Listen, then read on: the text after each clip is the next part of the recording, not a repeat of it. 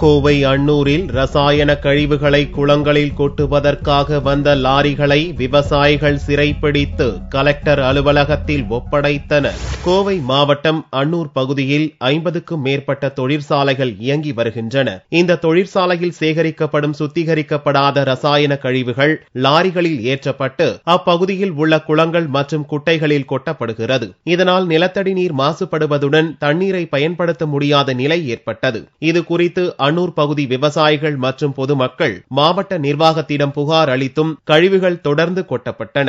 இந்நிலையில் தொழிற்சாலையிலிருந்து ரசாயன கழிவுகளை ஏற்றி வந்த 3 லாரிகளை வரதையாம்பாளையம் அருகே பார்த்த விவசாயிகள் அவற்றை மடக்கி சிறைப்பிடித்தனர். தாசில்தார் மற்றும் மாசு கட்டுப்பாட்டு வாரிய அதிகாரிகளுக்கு இது குறித்து தகவல் அளித்தனர். சம்பவ இடத்திற்கு வந்த அதிகாரிகள் லாரிகளை பறிமுதல் செய்து கலெக்டர் அலுவலகத்தில் ஒப்படைத்தனர்.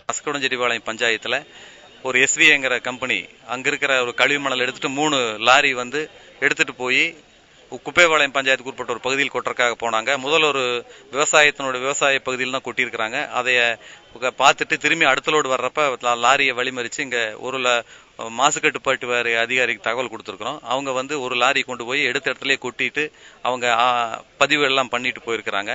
மீதி 2 லோடையும் கொட்டப்பட்ட காலி லாரி மொத்தம் 3 லாரி இங்க மாவட்ட ஆட்சியருடைய கவனத்துக்கு அவங்க நடவடிக்கைக்காக இங்கு கொண்டு வந்திருக்கிறோம். ரசாயன கழிவுகளை ஏற்றி வரும் லாரிகள் மீது அதிகாரிகள் கடும் நடவடிக்கை எடுக்காததால் தான் தொடர்ந்து குளங்களில் கழிவுகள் கொட்டப்படுவதாக விவசாயிகள் புகார் தெரிவித்தனர்.